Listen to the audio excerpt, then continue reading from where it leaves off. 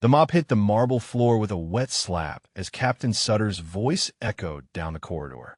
"You, janitor, what the hell do you think you're doing?" Earl Whitmore straightened slowly, his 70-year-old spine protesting against the movement. His hands, scarred across the knuckles and weathered like old leather, gripped the mop handle with an economy of motion that seemed out of place for a man pushing a cleaning cart.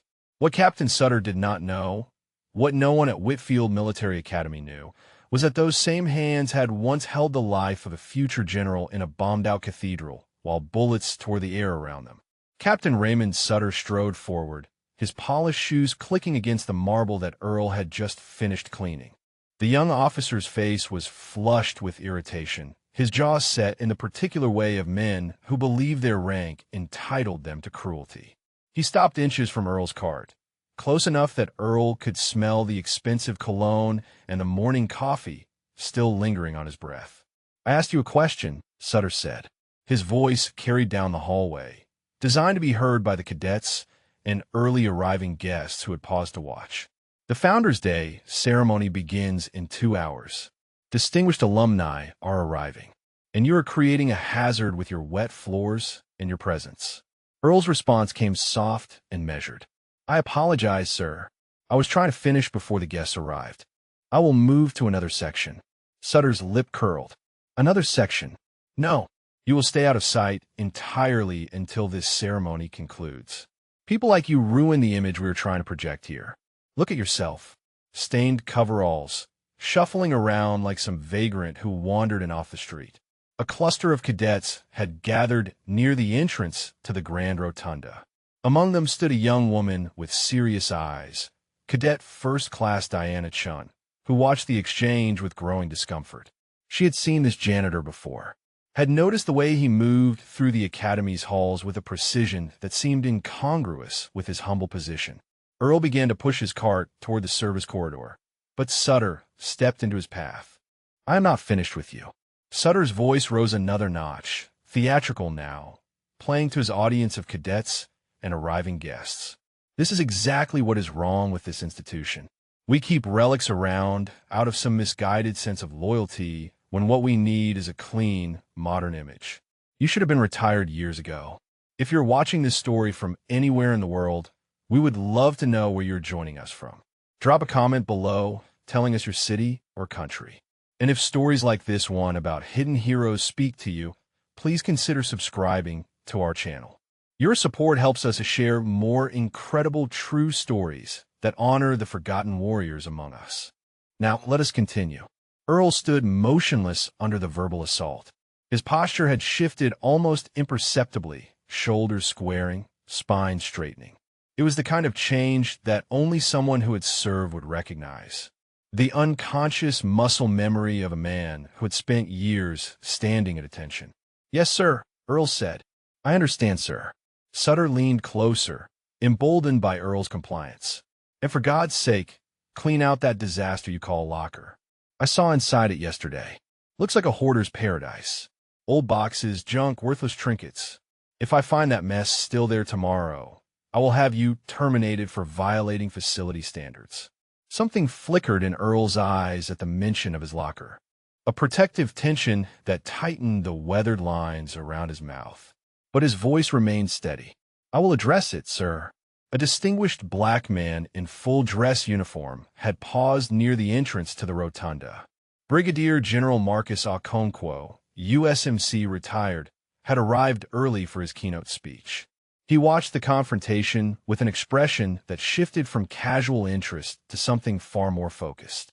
His gaze had caught on Earl's hands, on the way the old janitor held himself despite the abuse being heaped upon him. Sutter straightened his jacket, satisfied with his performance. "Now get out of my sight, and if I see you anywhere near the ceremony, anywhere near our guests, you will be looking for new employment by sundown. Am I clear?" "Crystal clear, sir." Earl pushed his cart toward the service corridor. As he passed beneath the fluorescent lights, his sleeve rode up slightly, revealing a faded tattoo on his inner forearm. Coordinates, a date, and something else, an eagle, globe, an anchor intertwined with the serpent-trap staff of a medical corps insignia. The ink had faded with decades, but the marks remained. General Okonkwo's breath caught in his chest. He had seen markings like that before. In photographs. In the hallowed halls of Camp Pendleton, where legends were honored and remembered. His hand moved unconsciously to his breast pocket, where an old photograph lived against his heart. The general took a step forward, then stopped. Earl had disappeared around the corner, swallowed by the utilitarian corridors of the maintenance wing. But something had lodged itself in Okonkwo's memory. A fragment, a ghost of recognition that he could not yet name. Captain Sutter brushed past, his face still flushed with self-satisfaction. He did not notice the general's troubled expression, did not see the way Okonkwo's hand trembled slightly as it pressed against his pocket. Earl Whitmore pushed his cart through the empty service hallway, his footsteps echoing against concrete walls that had never known the polish of the public spaces. His hand moved to his breast pocket, touching the worn photograph that lived there. Two young faces smiled up at him from across 5 decades. Two brothers in everything but blood. But in exactly 47 minutes, Captain Raymond Sutter would be on his knees in the Academy's grand rotunda, tears streaming down his face, begging forgiveness from a man whose hands had saved more lives than Sutter would ever know. In the shoebox in Earl's locker, the one Sutter had dismissed as worthless junk would change everything they thought they knew about the quiet janitor who mopped the hallways in silence. Earl pushed his cart through the maintenance corridor until he reached the small alcove where the staff lockers stood in rusted rows. The fluorescent light above his locker flickered with an irregular rhythm, casting shadows that jumped and retreated across the concrete floor. He had worked at Whitfield Military Academy for 8 years. 8 years of mopping floors and emptying trash cans and remaining invisible. 8 years of watching young people choose the path of service while he cleaned up after them in silence. His locker stood at the end of the row, dented and scratched, the blue paint peeling near the hinges. Earl reached for the combination lock with hands that had not trembled in 50 years. Not when bullets snapped overhead. Not when men screamed for a corpseman. Not when blood ran between his fingers faster than he could stop it. His hands had earned their steadiness in places that existed now only in classified files and the nightmares of old men. The lock clicked open. Earl swung the door wide and stood motionless, staring at the contents that Captain Sutter had dismissed as worthless junk. A shoebox sat on the top shelf, cardboard worn soft at the corners, held together with a rubber band that had lost its elasticity years ago. Earl reached for it the way a man reaches for something sacred. His fingers brushed the lid, but did not lift it. Not yet. Some doors, once opened, could not be closed again. Below the shoebox hung his spare coveralls, pressed and folded with military precision. A small mirror was taped to the inside of the door, its surface clouded with age. And tucked into the corner of the bottom shelf sat a photograph in a plastic sleeve, protected from the moisture and dust of the maintenance wing. Earl lifted the photograph and held it beneath the flickering light. Two young men smiled at the camera, their arms draped across each other's shoulders. They wore jungle fatigues stained with red dust, their faces lean and sunburned beneath soft covers. The man on the left was Earl, barely 21 years old, his eyes carrying a brightness that 5 decades of grief had long since extinguished. The man on the right was Terrence Jackson, the Marine everyone called TJ, grinning with the invincible confidence of youth. The photograph was dated February 1st, 1968, 3 days before Hugh City, 3 days before everything shattered. Earl's thumb traced the outline of TJ's face. "Still here, brother," he whispered to the empty corridor. "Still mopping floors." You would have laughed at that. The smell of industrial cleaner faded. The fluorescent hum grew distant, and Earl was no longer standing in a maintenance alcove in Virginia. He was crouched behind a shattered wall in a cathedral that had stood for centuries before American bombs and North Vietnamese rockets had torn it apart. The memory crashed over him like a wave. "Corpseman!" The scream cut through the gunfire. "Corpseman up!" Earl ran. He always ran toward the screaming, never away. His medical bag slapped against his hip as he sprinted across open ground, tracers streaking green and red through the smoke-choked air. TJ was beside him, M16 barking, covering fire, his voice steady despite the chaos. "Go document. I got you covered. Go." A young Marine lay crumpled against a stone pillar, his leg twisted at an angle that defied anatomy. Earl slid to his knees beside the wounded man, his hands already moving, already assessing, already working. Arterial bleed. Femoral. He had seconds, not minutes. His fingers found the pressure point. His other hand ripped open a field dressing. The Marine was screaming, then whimpering, then silent as his shock took hold. Earl worked with a precision that came from somewhere beyond training. Some men froze under fire. Some men ran. Earl Whitmore's hands simply refused to shake. "Doc, steady," the Marines called him.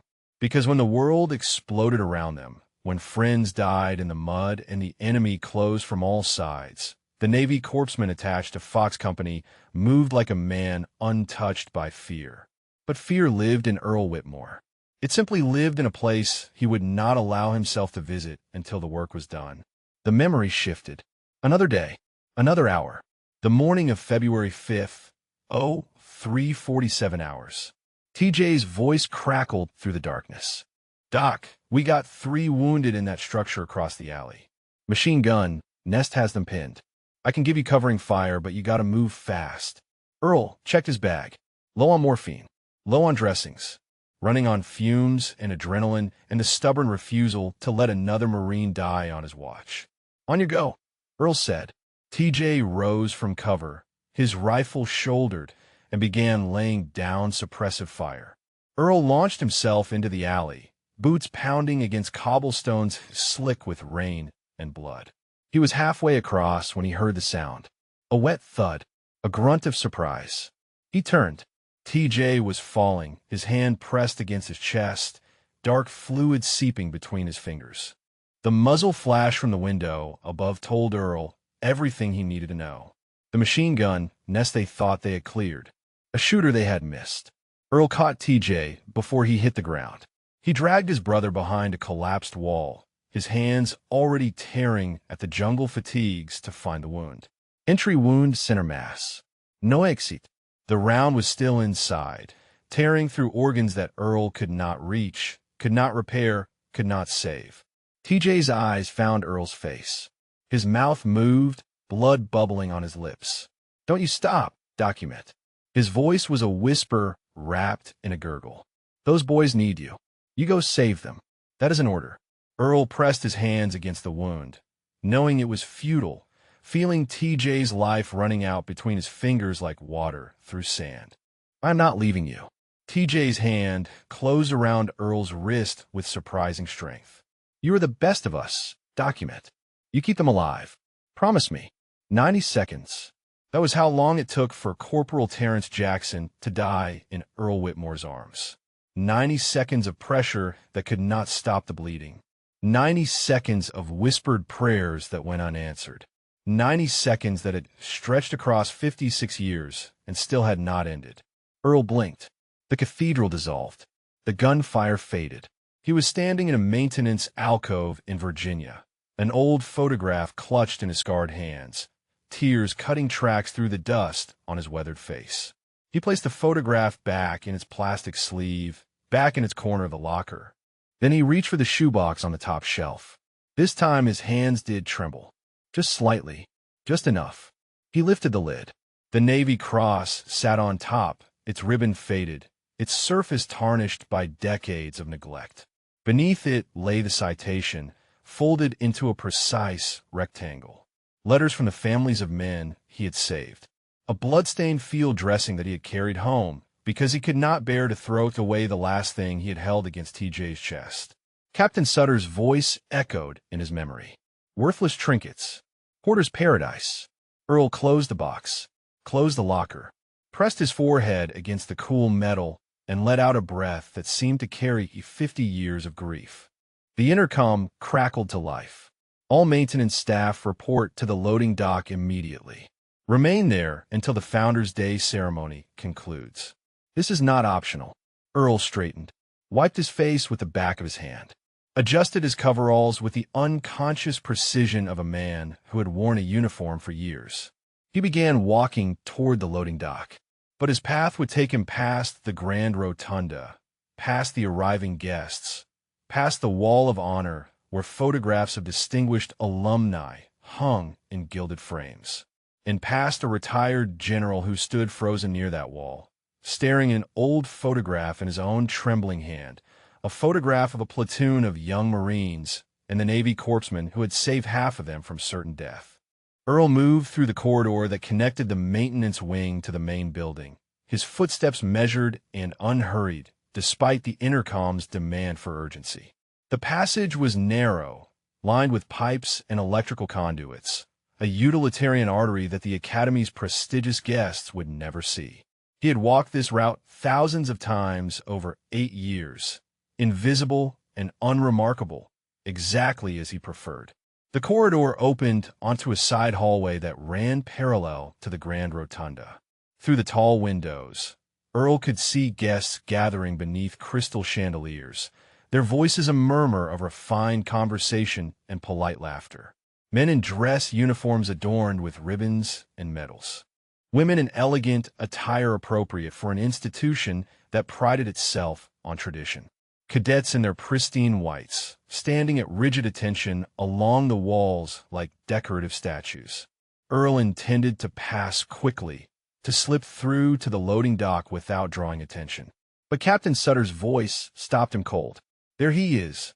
Sutter's words carried across the rotunda with theatrical projection. "The vagrant I was telling you about. Watch this." Earl turned to find Sutter striding toward him, flanked by 2 junior officers who wore expressions of uncomfortable amusement. Behind them, a crowd of guests had paused their conversations to observe. Among them stood General Okonkwo, his weathered face unreadable, his hand still pressed against the pocket where his photograph lived. "I thought I made myself clear." Sutter stopped an arm's length from Earl, close enough to establish dominance, far enough to avoid any accusation of physical aggression. "You were supposed to stay out of sight." "I was passing through to the loading dock, sir." Earl's voice remained level.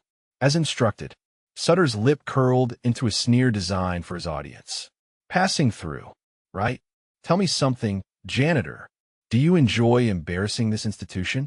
Do you wake up in the morning and think about how you can make Whitfield look like a second-rate facility that cannot even keep its maintenance staff presentable?" "No, sir." "Then explain to me why you insist on being seen." Sutter gestured broadly at Earl's coveralls, at the mop bucket he had abandoned in the corridor, at the worn boots held together with determination and nothing else. "Look at yourself. You are a walking advertisement for everything we are trying to overcome. Distinguished alumni are here today. Generals, admirals, men who have actually served this nation with honor. And they have to see you shuffling through our halls like some charity case." The words landed like blows, each one calculated to humiliate. Earl absorbed them without visible reaction, his face as impassive as stone. But something shifted in his posture, a subtle squaring of the shoulders, a slight lift of the chin, the unconscious bearing of a man who had stood at attention 10,000 times before. General Okonkwo took a step closer, his eyes narrowing. Cadet Shun had positioned herself near a pillar, watching the confrontation with growing distress. She had seen this janitor before, had noticed the way he moved through the academy with a quiet purpose that seemed at odds with his humble station. She had found notes in her mailbox over the past 2 years, anonymous guidance about pursuing military medicine, advice that had shaped her decision to become a Navy corpsman. She had always wondered who left them. Sutter was not finished. He turned to address the gathered guests, his voice rising with performative indignation. "This is what happens when institutions become soft. We keep people around long past their usefulness out of some misguided sense of compassion. This man should have been retired years ago. Instead, he wanders our halls, creating hazards, projecting an image of incompetence." One of the junior officers shifted uncomfortably. "Sir, perhaps we should continue this conversation privately." "No." Sutter's response was immediate and sharp. These guests deserve to know that Whitfield takes its standards seriously. He turned back to Earl, emboldened by his audience. Tell them, janitor, tell these distinguished visitors what vital contribution you make to this institution. What irreplaceable skills do you bring to Whitfield Military Academy? Earl said nothing. His silence stretched across the rotunda like a hell breath. That is what I thought. Sutter reached out and grabbed Earl's arm, intending to steer him toward the service corridor. The grip was firm, aggressive, the gesture of a man accustomed to handling those he considered beneath him. Now get out of here before you embarrass us further. The grab pulled Earl's sleeve upward. The faded tattoo on his inner forearm came into full view beneath the rotunda's bright lights. Coordinates rendered in military precision. A date in February 1968. The eagle, globe, and anchor of the Marine Corps intertwined with the caduceus of the Navy Medical Corps. And beneath it all, barely visible against weathered skin, a series of initials. TJ General Okonkwo's breath stopped in his chest. He had seen that exact configuration before, not in person, but in a photograph that hung on the wall of the 1st Battalion, 5th Marines headquarters at Camp Pendleton. A photograph of the most decorated Navy corpsman of the Hugh City campaign. A man who had become a legend among Marines. A ghost story told to young corpsmen about what courage looked like when everything fell apart. The general's hand moved to his pocket. He withdrew the photograph he had carried for 56 years. His platoon, young and invincible, posed before a bombed-out cathedral. And kneeling in the front row, medical bags slung across his chest, was a young man with steady eyes and scarred hands. The same hands that now gripped a mop handle in a military academy rotunda. Okonkwo's voice cut through the silence, sharp with an authority that made Captain Sutter release Earl's arm immediately. What is that tattoo? Earl turned to face the general. Their eyes met across the marble floor, across 56 years, across a gulf of memory and loss that only men who had bled together could understand. Sutter interjected, his voice carrying a nervous edge he could not quite suppress. General, please. This man is a janitor. I doubt he served anywhere except maybe a prison cafeteria. Anyone can get a tattoo. Okonkwo ignored him completely. His focus remained fixed on Earl, on the faded ink visible beneath the fluorescent lights, on the bearing that no amount of humble coveralls could fully disguise. I asked you a question. The general's voice softened, but lost none of its intensity. Where did you get that tattoo? Earl's response came quiet, almost reluctant, as if the words cost him something to speak aloud. Gamzangbai, 1967, the night before we shipped out to I Corps. Okonkwo's hand began to tremble. The photograph shook between his fingers. What unit? Earl's eyes moved to the photograph in the general's hand. Something flickered across his weathered face. Recognition. Memory. Pain. I was attached to 1st Battalion, 5th Marines. Fox Company. Navy corpsman. The rotunda had gone completely silent. Even Sutter stood frozen, confusion and the first cold fingers of dread creeping across his features. General Okonkwo took another step forward, his voice barely above a whisper. What was your call sign? Earl's answer came soft as a prayer and heavy as a stone. They called me Doc Steady. Doc Steady. General Okonkwo repeated the name as if testing whether it was real, whether the ghost standing before him in janitor's coveralls could possibly be the man he had searched for across 5 decades. His voice cracked on the second syllable, fractured by the weight of memory. Earl said nothing.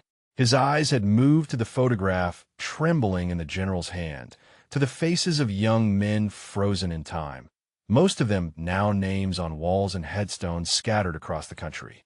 Sutter stepped forward, his voice carrying a desperate edge. General, I am sure this is some kind of misunderstanding. This man is a janitor. He has worked here for years. If he had any kind of distinguished service record, we would certainly know about it. Okonkwo turned to face Sutter with an expression that made the younger officer take an involuntary step backward. The general's eyes held something far more dangerous than anger. They held the cold certainty of a man who had survived hell and recognized another survivor standing before him. "Captain." The word came out flat and final. "Be silent." Sutter's mouth opened, then closed. He retreated another step, his face cycling through confusion and the dawning realization that he had made a catastrophic error. The guests in the rotunda had drawn closer, forming a loose semicircle around the confrontation. Cadets stood rigid along the walls, their training holding them in place despite the electric tension that crackled through the air. Cadet Chun had moved to the front of the crowd, her eyes fixed on the old janitor whose bearing had shifted so completely in the span of a few sentences. Okonkwo stepped toward Earl, closing the distance between them until they stood only feet apart. His hand extended the photograph, offering it like a sacred relic. February 1968. His voice had dropped to something barely above a whisper. Hugh City. The cathedral. Earl's jaw tightened. He did not reach for the photograph. "I was there," Okonkwo continued. "Second lieutenant, fresh out of Quantico. Thought I knew everything about war. Thought I was invincible." He paused, his breath catching. "I took shrapnel in my spine on the third day. Could not move my legs. Could not feel anything below my waist. I thought I was going to die in that rubble." The rotunda had become a vacuum of silence. Even the distant sounds of the academy had faded, as if the building itself was holding its breath. "A corpsman found me." Okonkwo's voice strengthened, taking on the cadence of testimony. "He came through fire to reach me. Bullets everywhere. Men dying all around us. And this corpsman, he did not hesitate. He grabbed me by the collar and dragged me 200 meters through enemy territory to the casualty collection point." Earl's hands had begun to tremble at his sides. The steadiness that had defined him for 50 years was cracking, fissures spreading through the armor he had built around his memories. "I was screaming," Okonkwo said. "Screaming from pain, from fear, from the certainty that I was about to die. And this corpsman, he told me to talk. Told me to tell him about my mama's cooking. Said if I kept talking, he would keep me alive." The general's voice broke completely. "I talked about my mama's cornbread for 200 meters, and he carried me the whole way. He was bleeding from 2 gunshot wounds, and he carried me." Earl's response came hoarse and reluctant, pulled from somewhere deep. "You were heavy, Lieutenant. All that Quantico muscle." A sound escaped Okonkwo's throat. Half laugh, half sob. He remembered. After 56 years, the corpsman remembered. The memory crashed over Earl like a wave he could no longer hold back. The cathedral walls pocked with bullet holes, the smoke that burned his lungs, the weight of the young lieutenant across his shoulders as he ran, the wet heat of his own blood soaking through his fatigue from wounds he had not yet registered. But beneath that memory lived another, darker, heavier, the one he had carried every day since. TJ's face swam before his eyes. His brother in everything but blood. The Marine who had covered him every time he ran for the wounded, who had taken a bullet meant for Earl, who had died in his arms with blood bubbling on his lips. "You go save them. Document. That is an order." Earl had followed that order. He had laid TJ's body down and gotten up and kept moving. Kept treating. Kept saving. For 72 hours straight, he had refused to stop. 2 gunshot wounds. Shrapnel in his shoulder. Blood loss that should have dropped him. None of it mattered. TJ had given him an order. 23 Marines survived that battle because Earl Whitmore refused to die until his work was done. But TJ did not survive. And Earl had spent 56 years believing that if he had been faster, smarter, better, his brother would still be alive. Okonkwo was studying Earl's face, reading the pain that surfaced there. "You were thinking about him. The one you lost." Earl's voice came out scraped raw. "Corporal Terrence Jackson. Thayot. He was my cover. He took a round, giving me suppressive fire, so I could reach wounded in a structure across the alley. He died 90 seconds later. I held him the whole time." The general nodded slowly. "I know. I read the after-action reports. Every one of them. Jackson is a legend at Camp Pendleton. They named a barracks after him." Earl looked up sharply, shock breaking through his grief. "What?" "The Jackson House." Okonkwo's voice steadied. "Every Marine who passes through 1st Battalion learns about Corporal Terrence Jackson. The man who gave his life protecting his corpseman so that corpseman could save 23 of his brothers. Earl's knees threatened to buckle. 56 years. 56 years of believing he had failed TJ, that his brother had died forgotten, that the sacrifice had meant nothing beyond Earl's private grief. And all that time, TJ had been remembered, honored, his name spoken aloud in the halls where Marines were made. I did not know. The words came out broken. I did not know anyone remembered him. Okonkwo reached out and placed a hand on Earl's shoulder. The touch was gentle, the gesture of one warrior to another. We remember all of them, document. And we have been looking for you for 56 years. 23 families have been looking for the corpsemen who saved their sons, their husbands, their fathers. Earl shook his head, the denial automatic after decades of practice. I do not deserve to be found. I let TJ die. The general's grip tightened on his shoulder. You held your brother while he died. Then you got up and saved 23 more. That is not failure, document. That is exactly what TJ ordered you to do. The word struck Earl like a physical blow. His composure shattered. For the first time in 56 years, in front of a crowd of strangers and cadets and the man he had carried through fire, Earl Whitmore began to weep. The tears came silent and relentless, cutting tracks through the dust on Earl's weathered face. He had not wept since the morning they lowered TJ's casket into the red Virginia clay, had not allowed himself that release, that admission of grief. Tears were for men who deserve comfort. Earl Whitmore had spent 56 years believing he deserved nothing but the penance of his solitude. General Okonkwo kept his hand on Earl's shoulder, steady and grounding, an anchor against the tide of memory threatening to pull the old corpseman under. The crowd in the rotunda stood frozen, witnesses to something none of them fully understood, but all of them recognized as sacred. Captain Sutter had retreated to the edge of the gathering, his face ashen, his earlier arrogance stripped away by the dawning comprehension of his mistake. The janitor he had mocked, the vagrant he had threatened to terminate, was something else entirely, something that made Sutter's rank and authority feel suddenly small. A woman emerged from the crowd. She was perhaps 60 years old, dressed in a modest attire of administrative staff, her silver hair pulled back in a practical bun. Vivian Aldridge, the Academy's head librarian for 3 decades, approached Earl with the careful steps of someone entering hallowed ground. I knew, she said softly. I did not know the details, but I knew you were more than you pretended to be. Earl looked at her through blurred vision. Mrs. Aldrich. She reached into the pocket of her cardigan and withdrew a small book, its cover worn soft by years of handling. I found this in the library archives 8 years ago. Donated anonymously the same month you started working here. I always wondered who it belonged to. Earl's breath caught. The book was a Navy Corpsman Field Manual, 1967 edition. His field manual, the one he had carried through 2 tours, through Hughes City, through the worst moments of his life. He had donated it to the Academy Library the week he took the janitor position, unable to throw it away, but equally unable to keep it close. You left notes in the cadets' mailboxes, Mrs. Aldrich continued. Anonymous guidance about military medicine. I noticed the handwriting matched annotations in this manual. She pressed the book into Earl's trembling hands. You never stopped being a corpseman, Earl. You just found a different way to serve. Earl clutched the manual against his chest, the worn leather familiar beneath his scarred fingers.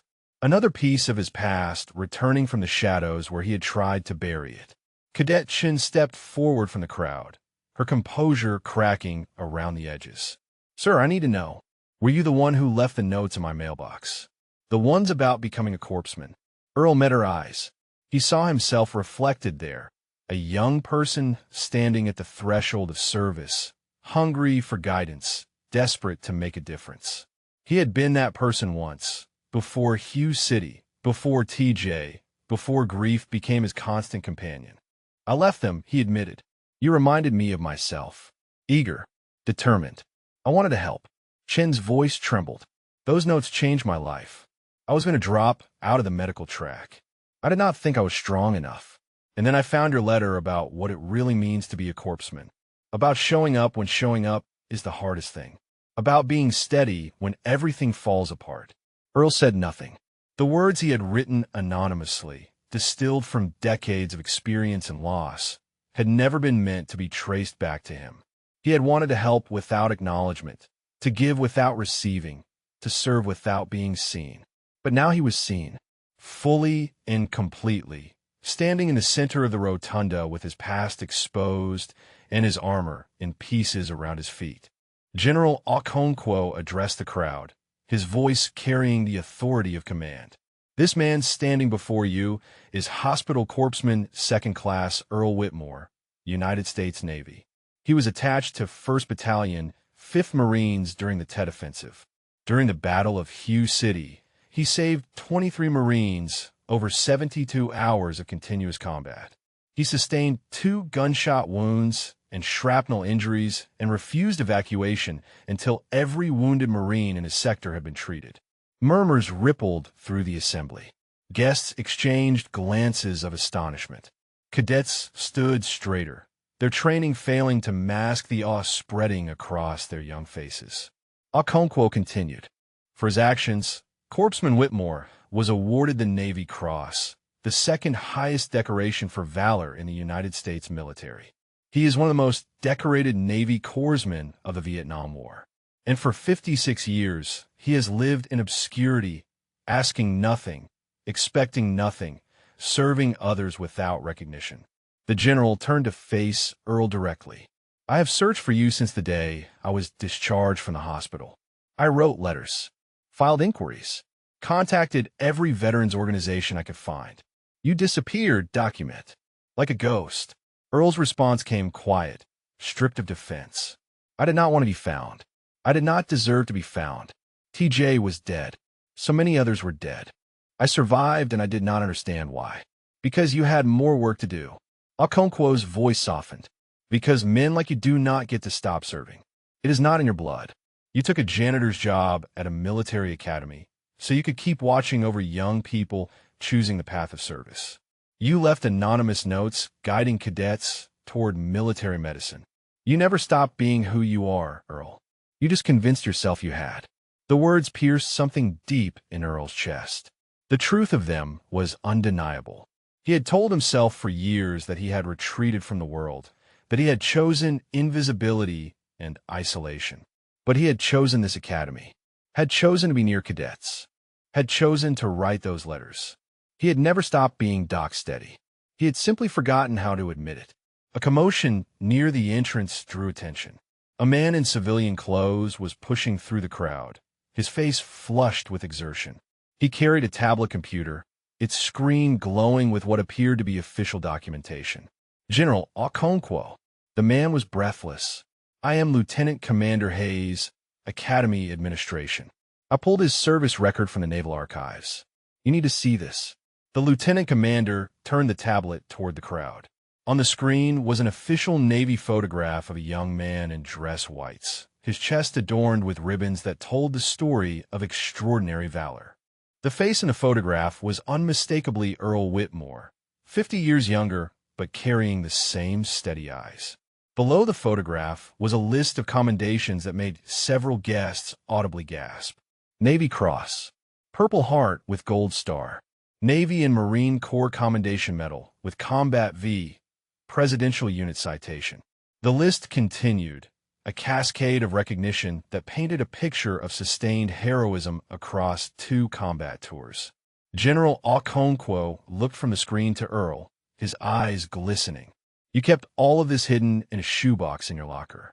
While Captain Sutter called you an embarrassment. While he threatened your job. While he grabbed your arm like you were nothing. Earl's gaze dropped to the floor. The awards do not matter.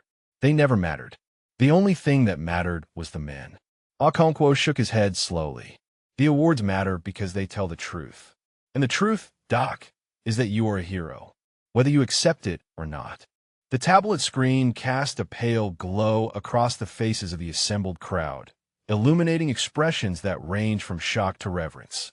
Earl stood at the center of it all, his weathered hands still clutching the field manual Mrs. Aldridge had returned to him, his eyes fixed on a point somewhere beyond the marble floor. The weight of exposure pressed against his chest like a physical force. Captain Sutter remained at the edge of the gathering, his earlier confidence now replaced by something that looked increasingly like terror. His career, his ambitions, his carefully cultivated image of authority, all of it was crumbling with each new revelation about the man he had publicly humiliated. General Okonkwo turned to address the crowd once more, but his words were interrupted by movement near the rotunda's main entrance. A group of elderly men had entered, drawn by the commotion that had spilled into the hallways. They wore civilian clothes adorned with veteran pins and unit patches, alumni returning for the Founders' Day ceremony. But they had stopped short at the threshold, their attention captured by the scene unfolding before them. One of the men, a tall figure with silver hair and the bearing of a former officer, pushed his way forward. His eyes were locked on Earl with an intensity that bordered on disbelief. "Document." The word came out strangled. "Doc, steady." Earl's head snapped up. Recognition flooded his features, followed immediately by something that looked like pain. The man continued forward until he stood directly before Earl. His hand reached out and gripped Earl's forearm, fingers pressing against the faded tattoo visible beneath the rolled sleeve. "Vincent DiMaggio, 3rd Platoon. You saved my legs at Hughes City." Both of them shattered by mortar fragments. Everyone said they would have to amputate, but you refused to let them take me to the aid station until you had stabilized the blood flow. You said you did not spend 40 minutes under fire keeping me alive just to let some rear echelon surgeon take the easy way out. Earl's voice came hoarse. "DiMaggio, you were screaming about your wife, about how you had just gotten married. You kept saying you needed your legs to dance at your anniversary." DiMaggio's face crumpled. "I have danced at 47 anniversaries because of you. My wife is here today. Our grandchildren are here. They exist because you refused to give up on me." Another man stepped forward from the group of veterans. Then another, each one carrying a name Earl had not spoken aloud in decades. Each one alive because of decisions he had made under fire, hands that had worked without trembling while the world exploded around them. "Jerome Patterson, you packed my chest wound with your own shirt when you ran out of dressings. I became a surgeon because of what I saw you do that day." "Thomas Riley, you carried me on your back for 300 meters after I took shrapnel in both legs. You were already bleeding from 2 gunshot wounds. I did not know that until years later when I read the citation." "Samuel Okafor, you talked me through a panic attack while bullets were hitting the wall above our heads. You told me to breathe with you. In and out, in and out. You never raised your voice. Not once." The testimonies continued, each one a thread in a tapestry of survival that Earl had woven with his own blood and skill and relentless refusal to let men die on his watch. The crowd listened in stunned silence as Marine after Marine stepped forward to bear witness.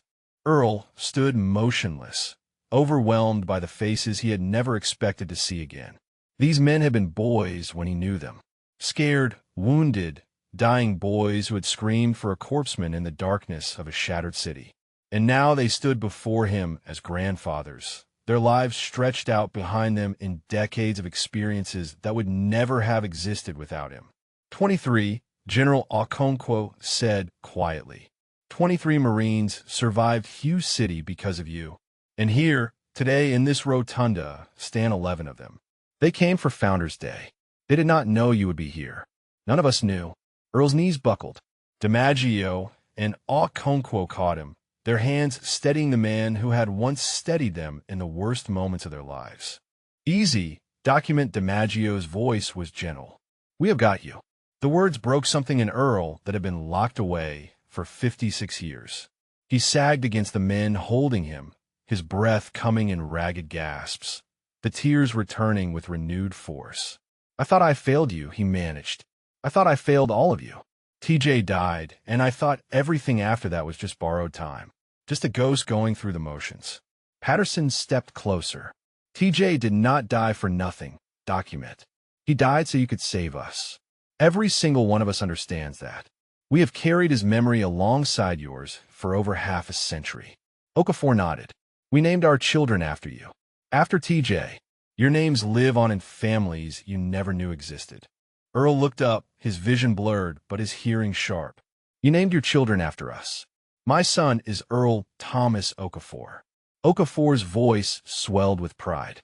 He is a Navy corpsman stationed at Camp Lejeune, third-generation military, because you kept me alive long enough to have a family. The revelation struck Earl like a physical blow. His legacy had continued without his knowledge, rippling outward through generations of families he had never met, lives he had never witnessed, children who carried pieces of him and TJ into a future he had been too lost in grief to imagine. Captain Sutter had begun to back away from the gathering, his face pale, his hands trembling at his sides. The magnitude of his error was fully visible now, reflected in the faces of the veterans surrounding the janitor he had tried to humiliate. He had not merely insulted an old man. He had attacked a living legend in front of the very men whose lives that legend had saved. General Okonkwo noticed the retreat. His voice rang out across the rotunda, freezing Sutter in place. "Captain, do not move." Sutter stopped, his spine going rigid with the instinctive response to command authority. Okonkwo's gaze was cold. "You will stay and witness what happens next. You will understand exactly who you tried to destroy today. And then you and I will have a conversation about the standards of conduct expected from officers at this institution." Sutter's face drained of whatever color remained. "Yes, sir." Earl barely registered the exchange. His attention remained fixed on the men surrounding him, the brothers he had fought beside and bled for and believed he had failed. They were here. They were alive. And they had never forgotten him. DiMaggio squeezed Earl's shoulder. "There is something else you need to know. Document something we have been planning for years, hoping we would find you in time." Earl looked up, confusion mixing with the exhaustion of emotional release. DiMaggio exchanged glances with the other veterans. "We have been lobbying Congress, all of us, for the past decade. And 6 months ago, we finally succeeded." "Succeeded at what?" DiMaggio's voice dropped to something reverent.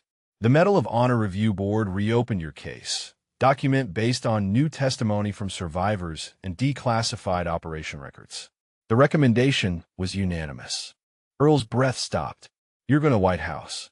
The words hung in the air like a grenade with the pin pulled. Medal of Honor.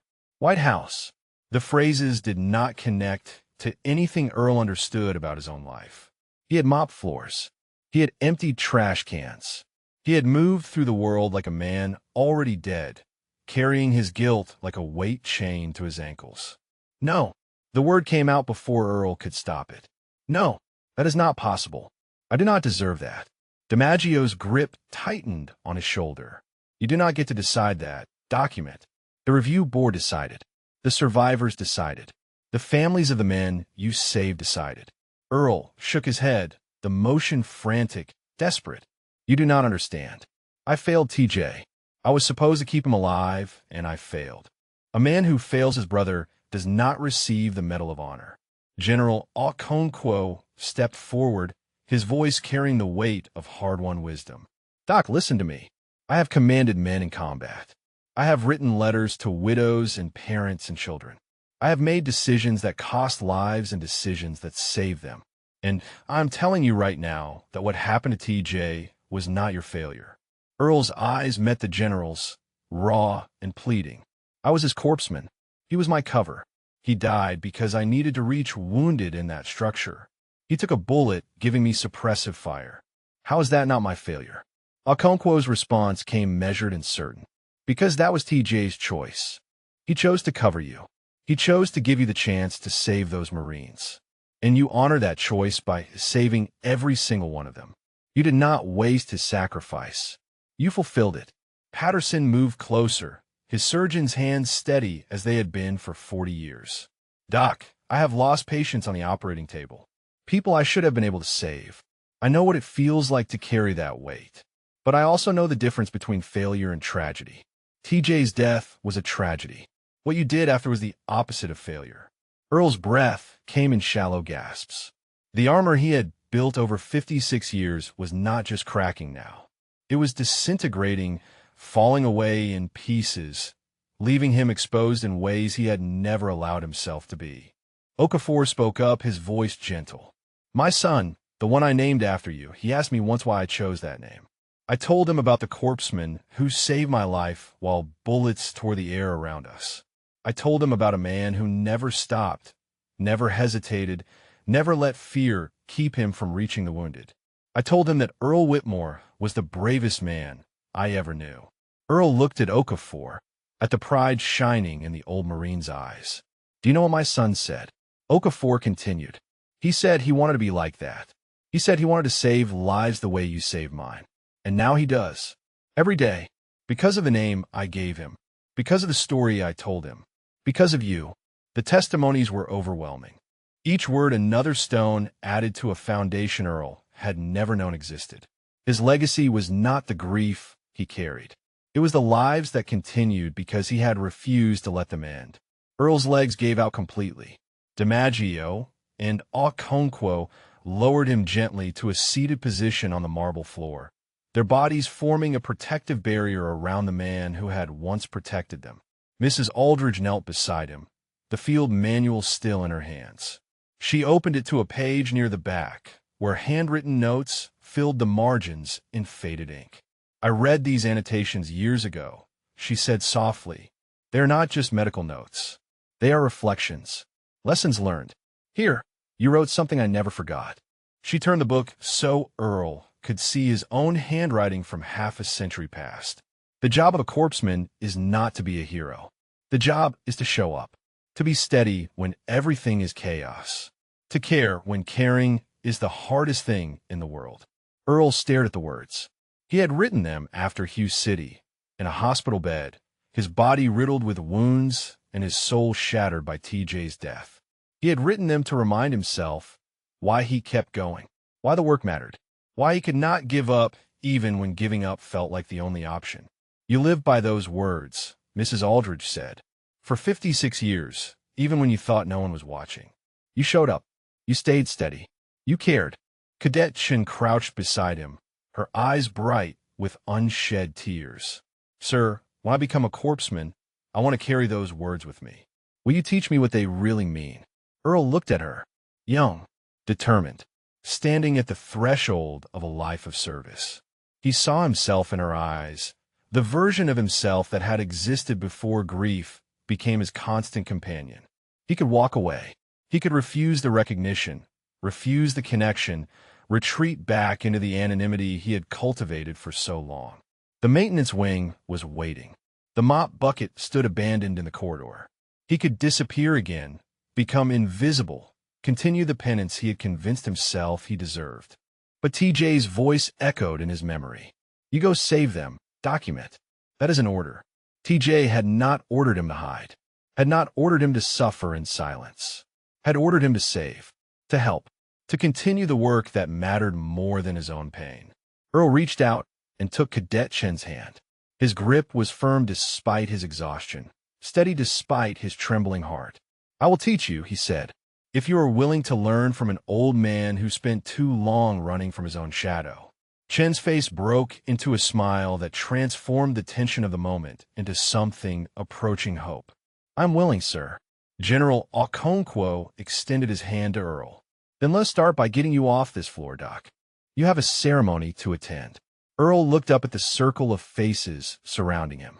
Marines he had saved, a librarian who had kept his secrets, a cadet who would carry his legacy forward, a general who had searched for him for half a century.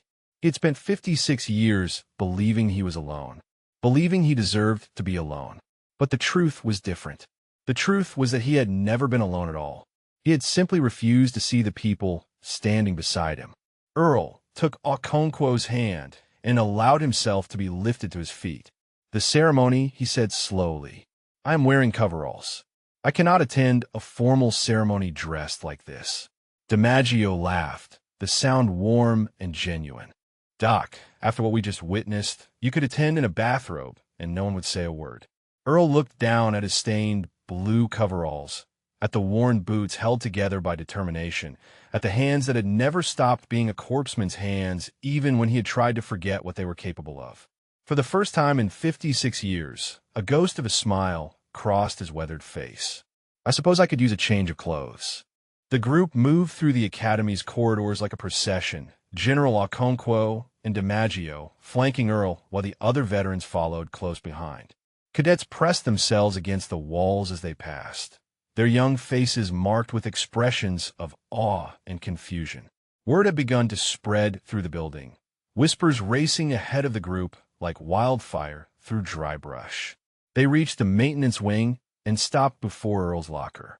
The fluorescent light still flickered overhead, casting its irregular rhythm across the dented metal door. Earl stood motionless for a moment, staring at the combination lock he had opened thousands of times over 8 years. General Okonkwo spoke quietly. "Take your time, document. We are not going anywhere." Earl reached for the lock. His fingers moved through the familiar combination, the tumblers clicking into place with mechanical precision. The door swung open, revealing the contents that Captain Sutter had dismissed as a hoarder's paradise. The shoebox sat on the top shelf, exactly where Earl had left it hours earlier. But now it seemed different. No longer a coffin for memories he wanted to bury. Now it felt like an archive, a testament, a record of service that deserved to see the light. Earl reached up and lifted the box down. He sat on the bench beside the lockers and removed the lid with hands that trembled only slightly. The Navy Cross lay on top, its ribbon faded, but its significance unchanged. Earl lifted it carefully, holding it up to the flickering light. He had not looked at this medal in decades, had not allowed himself to acknowledge what it represented. Okonkwo's voice was reverent. "May I?" Earl handed him the medal. The general cradled it in his palm, like a sacred relic, turning it to catch the light. "I was there when they presented this to you," Okonkwo said. "At the hospital in Japan. You were still recovering from your wounds. You could barely stand for the ceremony, but you insisted on standing. You said corpsmen do not receive medals lying down." Earl's memory stirred. The hospital room, the starched sheets, the pain that radiated through his body with every breath, and the weight of the medal being pinned to a uniform he could barely wear. "I do not remember much of that day," Earl admitted. "I was on a lot of morphine." DiMaggio laughed softly. "You thanked the Admiral and then asked when you could return to your unit. The doctors nearly had a stroke." Earl reached into the shoebox and withdrew the citation, unfolding the yellowed paper carefully. The words were typed in official military format, clinical language attempting to capture something that defied clinical description. General Okonkwo read aloud. "For extraordinary heroism while serving as Hospital Corpsman Second Class attached to Company F, 1st Battalion, 5th Marines during combat operations against enemy forces in the Republic of Vietnam on 4 through February 6, 1968.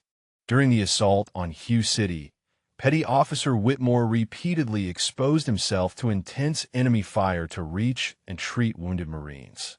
Despite sustaining 2 gunshot wounds and multiple shrapnel injuries, he continued to render medical aid for over 72 hours without rest. His actions resulted in the survival of 23 Marines who would otherwise have perished. Petty Officer Whitmore's courage, selfless dedication, and unwavering commitment to his fellow servicemen reflected great credit upon himself and upheld the highest traditions of the United States Naval Service. The words hung in the maintenance corridor, transforming the utilitarian space into something approaching hallowed ground. Earl reached deeper into the box and withdrew the letters. Dozens of them, bound together with a rubber band that had long since lost its elasticity. Letters from mothers thanking him for their sons. Letters from wives thanking him for their husbands. Letters from children thanking him for fathers they would grow up knowing instead of mourning. "I never answered them," Earl said quietly. "I could not. Every letter felt like a reminder of TJ. A reminder that I was alive to read them, and he was not." Patterson stepped forward. "You need to read them now. Document. You need to see what your hands built while you were busy blaming yourself for what they could not save." Earl looked at the bundle of letters, decades of gratitude compressed into faded paper and smudged ink. He had carried this weight for so long. The guilt, the grief, the certainty that he had failed the one person who mattered most. But TJ had not asked him to grieve forever. TJ had given him an order. Save them. Keep going. Do the work. At the very bottom of the shoebox lay one final item. A blood-stained field dressing, folded into a careful square, preserved in a plastic bag that had yellowed with age. Earl lifted it with reverent hands. "This was the last thing I pressed against TJ's chest," he said. "I kept it because I could not bear to throw it away. I kept it because some part of me believed that if I held on to it, I was still holding on to him." Okonkwo's voice was gentle. "You have been holding on to him for 56 years, Doc. Maybe it is time to let him rest." Earl stared at the field dressing. The blood had long since dried to a rust-brown stain, but in his mind it was still wet, still warm, still pulsing with a life that had slipped through his fingers in 90 seconds of helpless desperation. He closed his eyes. TJ's face swam before him, young and grinning, invincible in the way only the young can be. And then the other face, the one Earl saw in his nightmares, pale and blood-streaked, lips moving with final words that had become Earl's curse and his compass. "You go save them. Document. That is an order." Earl opened his eyes. He looked at the men surrounding him, the Marines he had saved, the legacy he had never acknowledged. He looked at the Navy Cross in Okonkwo's hand, at the citation that documented his courage, at the letters that testified to his impact. "TJ did not die, so I could hide," Earl said slowly. "He died so I could save them. All of them. And then I hid anyway. I dishonored his sacrifice by refusing to live." The admission cost him something. A piece of the armor he had worn for so long finally surrendered. Okonkwo placed the Navy Cross back in Earl's hand. "Then honor him now. Come to the ceremony. Let the people see who you really are. Let TJ's sacrifice mean something beyond your grief." Earl looked down at the medal in his palm. The weight of it had not changed, but somehow it felt different now.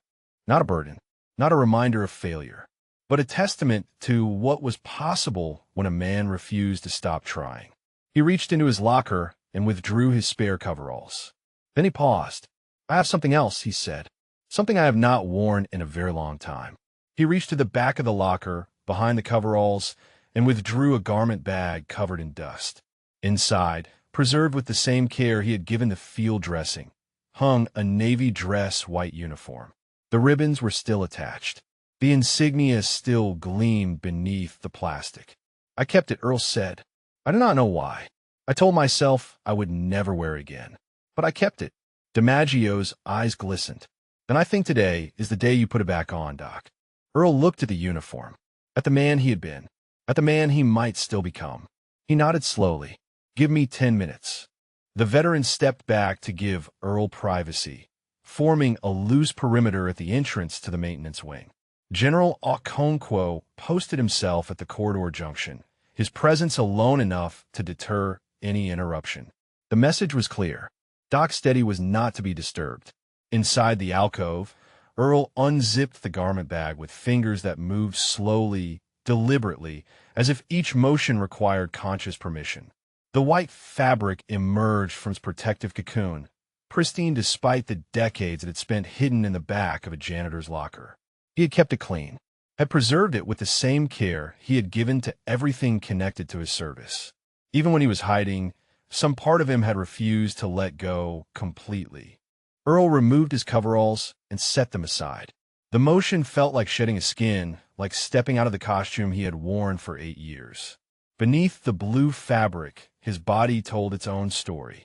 Scars crisscrossed his torso, pale lines against weathered skin. The entry wounds from Hugh City had healed into puckered circles on his left shoulder and right side.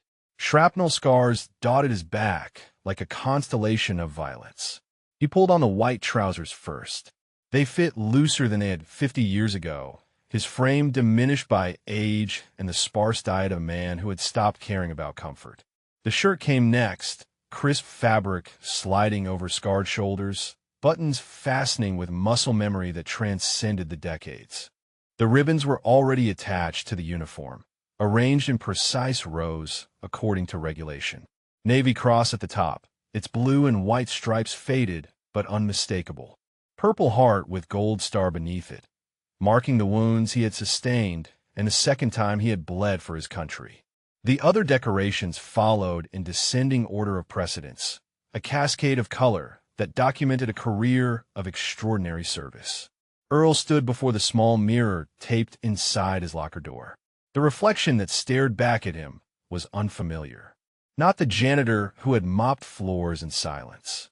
Not the ghost who had drifted through years of self-imposed penance. The man in the mirror was a sailor, a corpsman, a warrior who had bled and fought and saved lives that would have been lost without him. His hand moved to the collar, adjusting the insignia with automatic precision. Hospital corpsman second class. He had never been promoted beyond that rank, had left the Navy before advancement was possible. But the rating badge meant more to him than any officer's commission. It marked him as one of the men who ran toward the screaming, who put their hands into wounds while bullets flew, who carried the weight of other men's survival on their shoulders. The Navy Cross felt heavy in his palm as he lifted it from the bench. He had not pinned it to his chest since the day it was presented to him in that hospital room in Japan, had not allowed himself to wear the symbol of heroism when he felt like a failure. But TJ's voice echoed in his memory. "You go save them." Document Earl pinned the medal to his chest.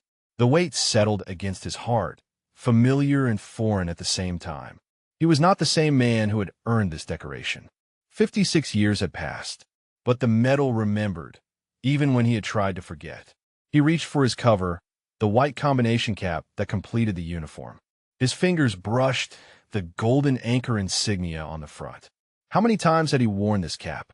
How many times had he removed it in respect for fallen brothers?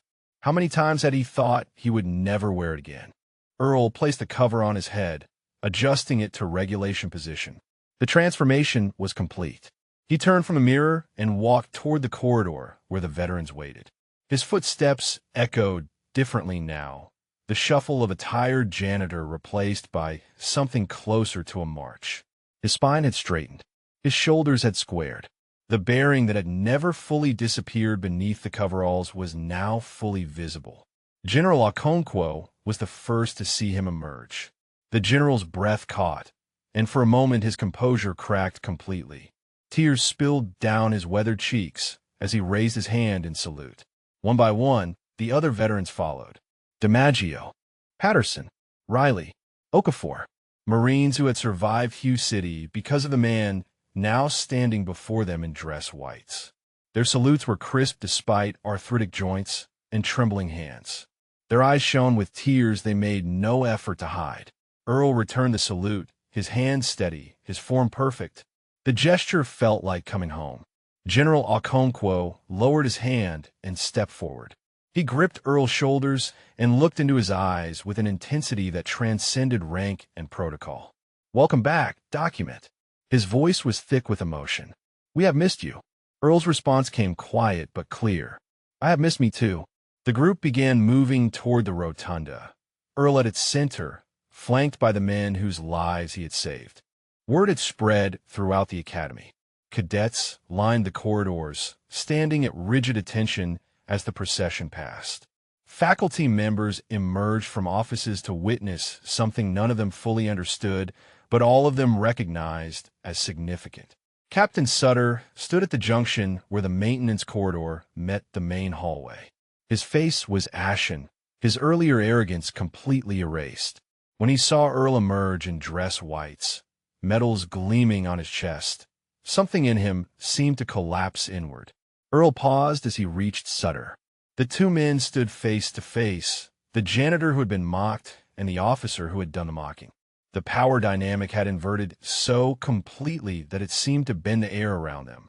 Sutter's voice came out strangled. "I did not know. I swear I did not know." Earl studied the younger man's face.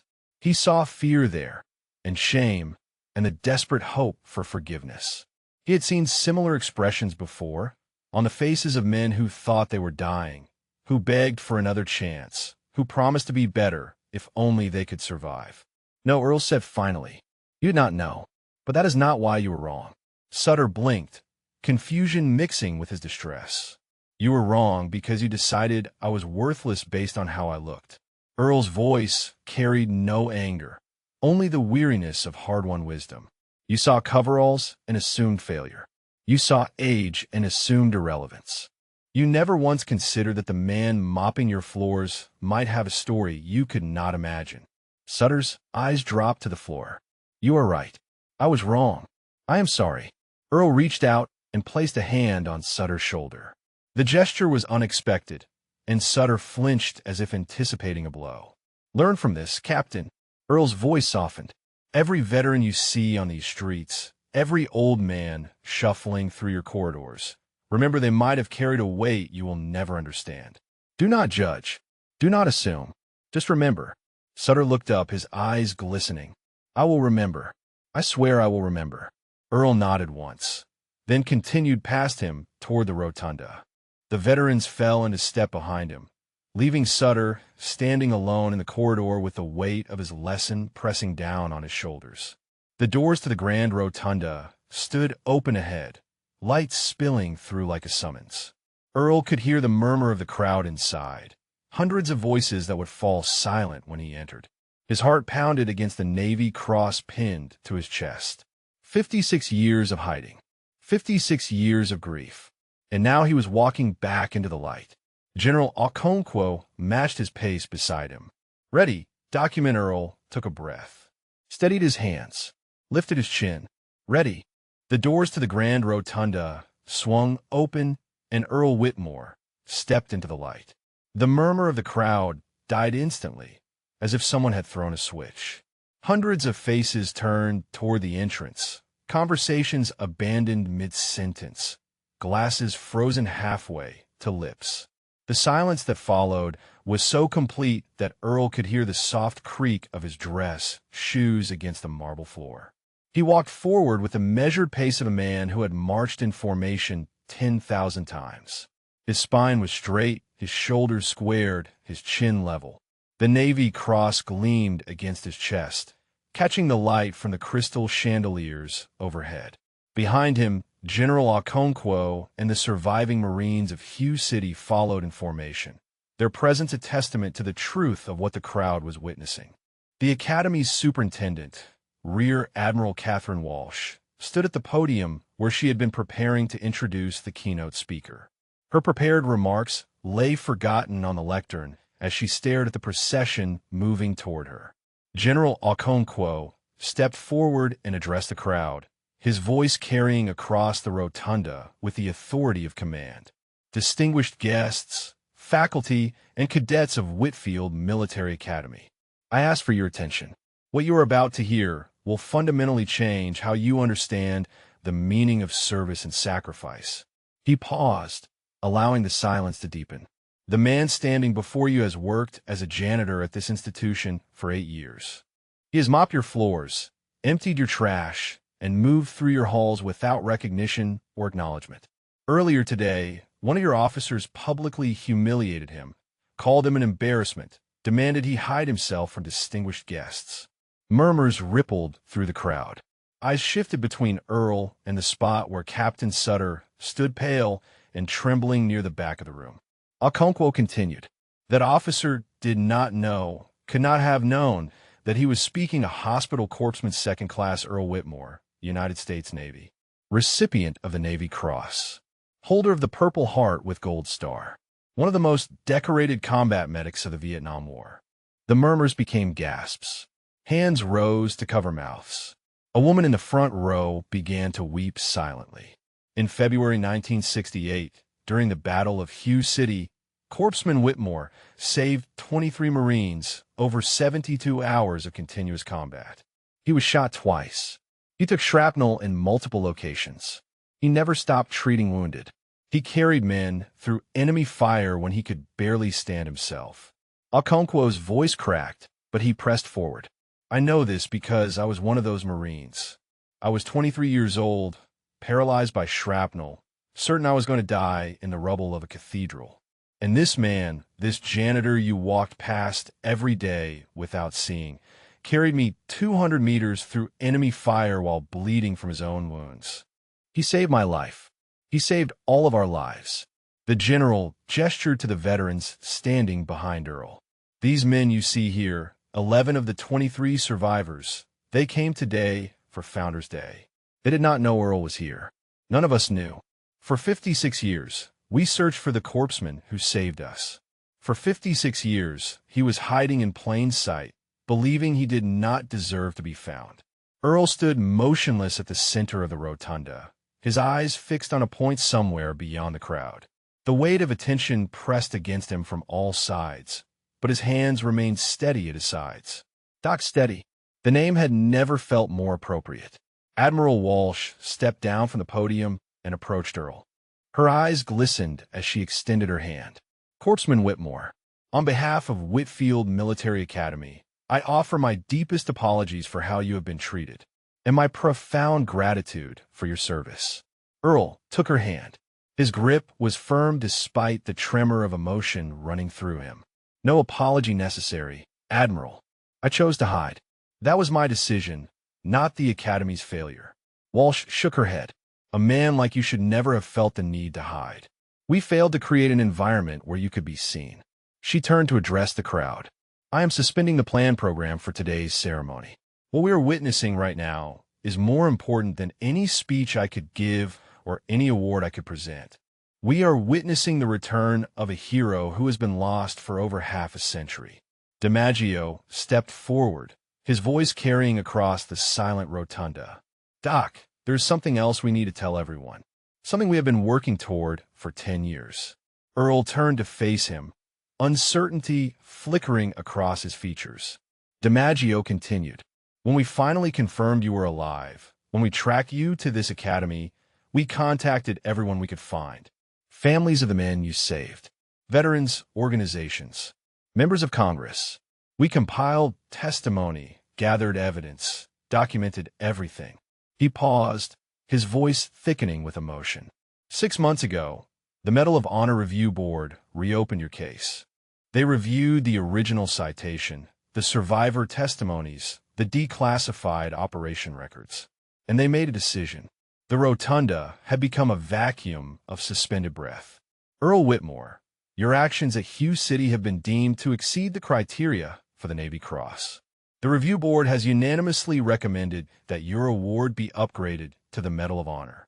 The President of the United States has approved the recommendation. Earl's knees buckled. Okonkwo and DiMaggio caught him, holding him upright as the words crashed over him like waves. No. Earl's voice was barely audible. No, I do not deserve that. TJ deserves that. The men who died deserve that. Okonkwo gripped his shoulder. TJ died protecting you so you could save us. The Medal of Honor is not just for you, Document. It is for him. It is for every corpsman who has ever run toward the screaming instead of away from it. It is for the legacy you built with his sacrifice. Earl looked out at the crowd. Hundreds of faces stared back at him, many of them streaming with tears. Cadets stood at rigid attention, their young faces marked with awe. Faculty members had removed their glasses to wipe their eyes. Even the servers who had been preparing refreshments had stopped to bear witness. His gaze found Cadet Shun in the crowd. She stood near the front, her hand pressed against her heart, tears cutting tracks down her cheeks. The young woman who wanted to be a corpsman. The young woman whose life he had touched with anonymous notes left in mailboxes. She mouthed 2 words. Thank you. Earl straightened in the grip of the men holding him. He squared his shoulders, lifted his chin, and drew a breath that seemed to fill spaces in his chest that had been empty for decades. 16.4667 degrees north. His voice came out steady, quiet, but carrying across the silent rotunda. 107.5833 degrees east.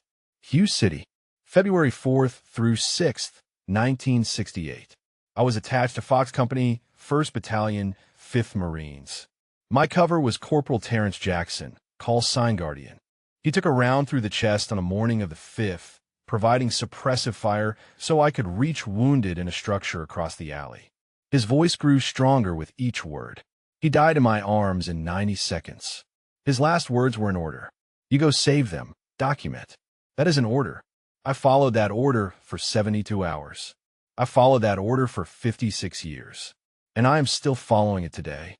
Earl looked at the veterans surrounding him, at the admiral standing before him, at the crowd of witnesses bearing testament to a truth he had tried to bury. His voice dropped to something barely above a whisper, but in the silence of the rotunda, every word carried. My name is Earl Whitmore. Call sign Doc Steady, and I'm finally ready to come home. The silence that followed Earl's words lasted exactly 3 heartbeats. Then Admiral Walsh raised her hand to her brow and snapped a salute so crisp it seemed to cut the air. One by one, every person in uniform followed. Cadets along the walls. Officers scattered throughout the crowd. Veterans who had served in every conflict from Korea to Afghanistan. Hands rose in a cascade of respect that rippled outward from the center of the rotunda like waves from stone dropped in still water. Those not in uniform stood at attention, hands pressed over hearts, bearing witness to something that transcended ceremony and protocol. The room had transformed from a gathering of distinguished guests into a congregation of believers, united in recognition of a man who had spent 56 years believing he deserved to be forgotten. Earl stood motionless at the center of it all, tears streaming freely down his weathered face.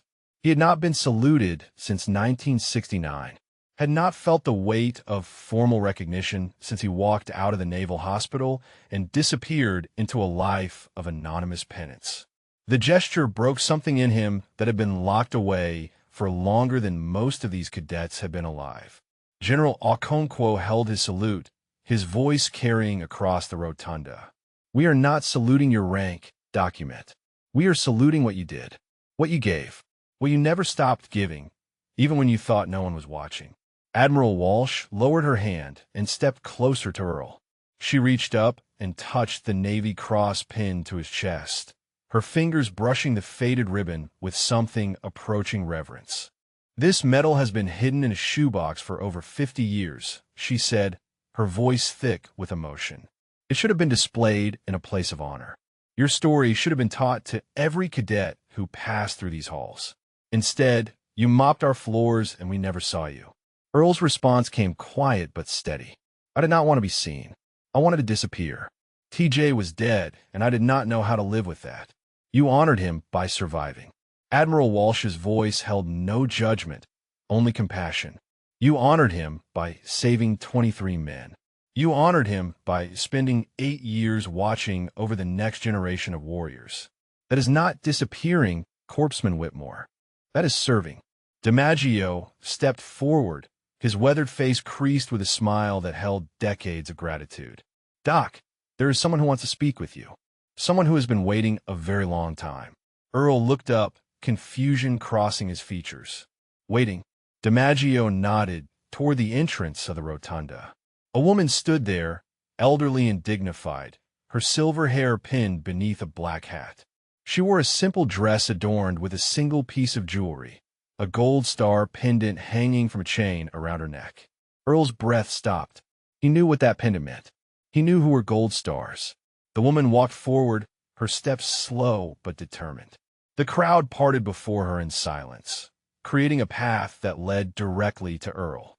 Her eyes never left his face as she approached, and in those eyes Earl saw something that made his heart clench with recognition and grief. She stopped before him. Her hand reached out and touched his cheek, her fingers trembling against his weathered skin. You held my brother while he died. Her voice was soft, cracked with age and emotion. You were the last person to hear his voice, the last person to feel his heartbeat. Earl could not speak. His throat had closed around a knot of grief that had lived there for 56 years. The woman continued. My name is Dorothy Jackson Williams. Terrence was my older brother, my hero. I was 17 years old when they told us he was gone. Earl's knees threatened to buckle again. TJ had talked about his little sister constantly. Dottie, he called her. Smartest kid in Virginia. Going to be a doctor someday. Going to make the family proud. He talked about you, Earl managed. Every day. He was so proud of you. Dorothy's composure cracked. Tears spilled down her cheeks, but her voice held steady. I became a nurse because of him. Spent 40 years working in VA hospitals because I wanted to take care of men like you. Men who came home broken and needed someone to see them. She gripped Earl's hands, her fingers interlacing with his. I wanted to find you my whole life. I wanted to thank you for being with him at the end, for holding him, for not letting him die alone. Earl's voice came out shattered. I cannot save him. I tried everything. I tried so hard. But the wound was too deep, and there was nothing I could do. Dorothy shook her head. You did save him. You saved him from dying alone in the dark. You saved him from spending his last moments afraid and abandoned. You gave him the gift of a brother's presence at the end. That is not failure, Earl. That is love. The word struck Earl like a physical blow. Love. He had carried so many words for what he felt about TJ. Guilt, grief, failure, shame. But he had never allowed himself to use the word that mattered most. He had loved TJ, loved him like a brother, loved him enough to hold him while he died, to carry his memory for 56 years, to spend a lifetime trying to honor his sacrifice. I loved him, Earl whispered. The admission cost him something and gave him something in equal measure. He was my brother, not by blood, but by everything that matters. Dorothy pulled him into an embrace. Her arms wrapped around him with a strength that belied her age, holding him the way a sister holds a brother, the way family holds family. Then you are my brother too, she said against his shoulder. You have been my brother since the moment you held him, and I am never letting you disappear again. Earl broke completely. The sobs came from somewhere deeper than grief, somewhere that held both the pain of loss and the relief of finally being found. He clung to Dorothy Jackson Williams, to TJ's little sister, to the family he had never known he still had. The crowd watched in reverent silence. Cadets wiped tears from their cheeks. Veterans openly wept. Admiral Walsh stood with her hand pressed over her heart, bearing witness to a reunion 56 years in the making. When Earl finally pulled back, Dorothy reached up and adjusted the Navy Cross on his chest. She smoothed the ribbon with the practiced hands of a woman who had spent decades caring for veterans. Terrence will be so proud of you, she said. He will want you to stop hiding. He will want you to live. Earl looked in her eyes and saw TJ looking back at him. The same fierce intelligence, the same stubborn compassion, the same unshakable belief that the people you loved were worth fighting for. I think I am ready, he said. I think I am finally ready to try. Dorothy smiled through her tears. Then let us begin. 3 months had passed since the Founders' Day ceremony that changed everything. Earl stood before a classroom of cadets at Whitfield Military Academy, but he no longer wore the blue coveralls of a janitor. His dress whites had been retired to a place of honor in his new apartment, the apartment Dorothy had helped him find just 10 minutes from her own home. Today he wore a simple blazer over a pressed shirt, the Navy Cross pinned above his heart where it belonged. The course was called the Corpsman's Calling, Ethics and Excellence in Combat Medicine.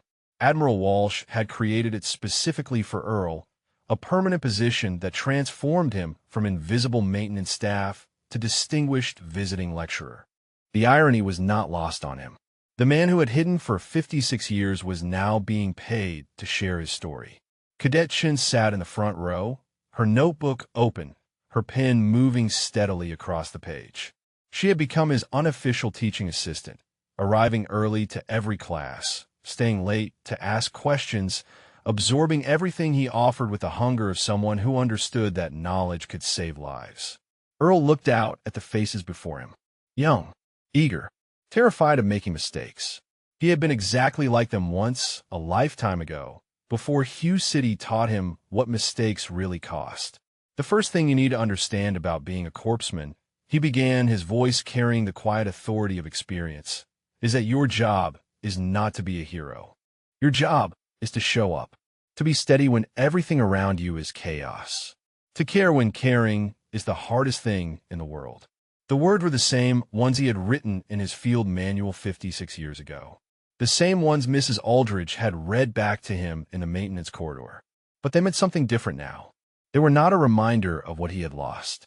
They were a gift he could pass forward.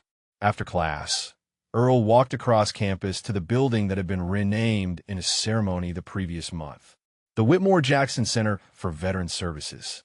The dedication plaque bore 2 photographs, Earl in his Navy dress whites, and TJ in his Marine Corps portrait, both of them young and invincible, frozen in the moment before everything changed. Dorothy met him at the entrance, her gold star pendant catching the afternoon light. She had become a permanent fixture in his life, the sister he had never known he needed. They had dinner together every Sunday. She had introduced him to her children, her grandchildren, the family that TJ never got to have, but that now embraced Earl as one of their own. "How was class?" she asked as they walked inside together. Earl considered the question. "Good." Chen asked about triage protocols under fire. "Reminded me of myself at that age. Thinks she can save everyone." Dorothy smiled. "Someone has to teach her that saving some is enough. That saving some is everything." The center bustled with activity around them. Veterans sat in counseling sessions. Support groups met in conference rooms. A job training program operated in the East Wing.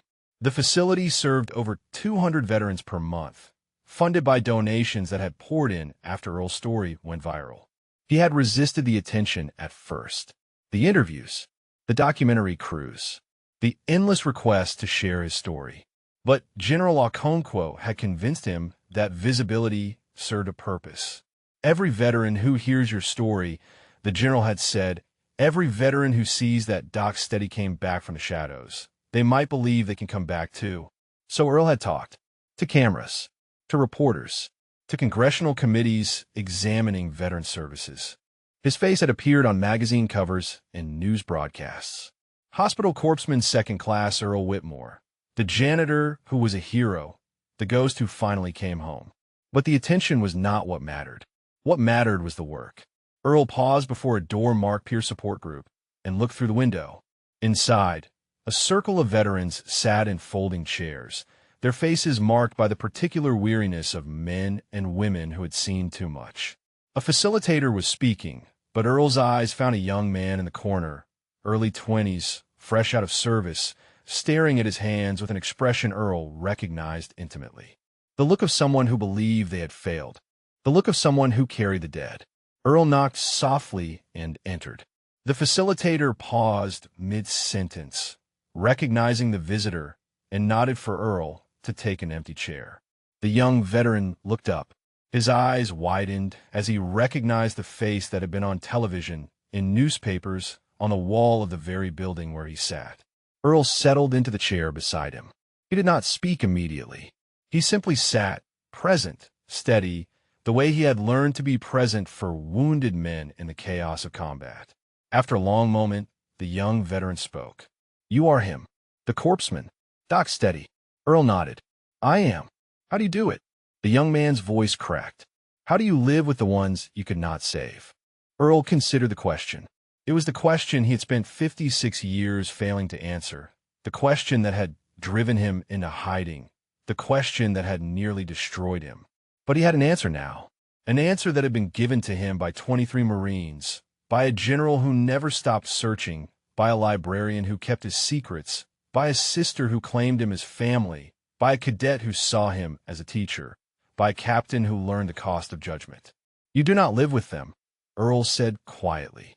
"You live for them. You take the weight they left behind, and you carry it forward. You save the ones you can. You honor the ones you cannot. And you never, ever stop trying." The young veteran's eyes filled with tears. "I do not know if I can do that." Earl reached out and placed a hand on his shoulder. The gesture was simple, human, the touch of one survivor to another. "You do not have to know," Earl said. "You just have to show up tomorrow, and the day after, and the day after that. One day at a time, one life at a time. That is how you come back." The young man looked at Earl's hand on his shoulder, at the steadiness that radiated from the old corpsman's touch. Something shifted in his expression. Not hope, not yet, but the faint possibility of hope. The first crack in the armor of despair. Earl recognized that crack. He had felt it himself, 3 months ago, in a rotunda surrounded by men he had saved and a family he had found. Later that evening, Earl stood alone at the memorial wall inside the center. TJ's photograph smiled down at him, frozen forever at 22 years old, forever young, forever brave, forever gone. Earl reached up, and touched the glass covering the photograph. His fingers traced the outline of TJ's face the way they had traced the photograph in his locker for 8 years. "Still here, brother," he whispered. "Still trying. We got 12 new veterans into housing this month. 3 of them started jobs. 1 is going back to school for nursing. Dorothy says hi. She's doing good. Strong like you." He paused, his throat tightening. "I finally stopped hiding, TJ. Took me 56 years, but I finally followed your last order all the way through. I am saving them. Every day. And I'm letting them save me too." Earl lowered his hand and stood at attention before his brother's photograph. The posture came naturally now, no longer a burden, but a privilege. The stance of a man who had earned the right to stand tall. The center grew quiet around him as evening settled over the campus. Through the windows, he could see cadets walking to their dormitories, young people at the beginning of their journey, carrying dreams they did not yet know how to name. One of them would become a corpsman. One of them would run toward the screaming instead of away. One of them would hold a wounded brother and refuse to let go. And when that day came, they would carry Earl's words with them. They would be steady when everything fell apart.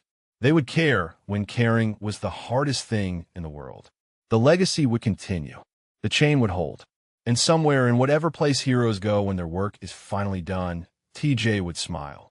If this story moved you, if it reminded you that heroes walk among us every day disguised as ordinary people, please subscribe to our channel and share in the comments. Who is the quiet hero in your life? The person who serves without recognition, who gives without asking for thanks, who carries weights that no one else can see. Sometimes the greatest warriors are not the ones in uniform. Sometimes they are the ones mopping the hallway in silence. Thank you for watching. Earl turned from the memorial and walked toward the exit. His footsteps echoed against the polished floor, steady and sure. The doors opened onto a campus bathed in twilight, a world full of people who needed saving and people willing to save them. Doc Steady stepped into the evening air and began walking home. Not alone, never alone again, but finally, after 56 years at peace.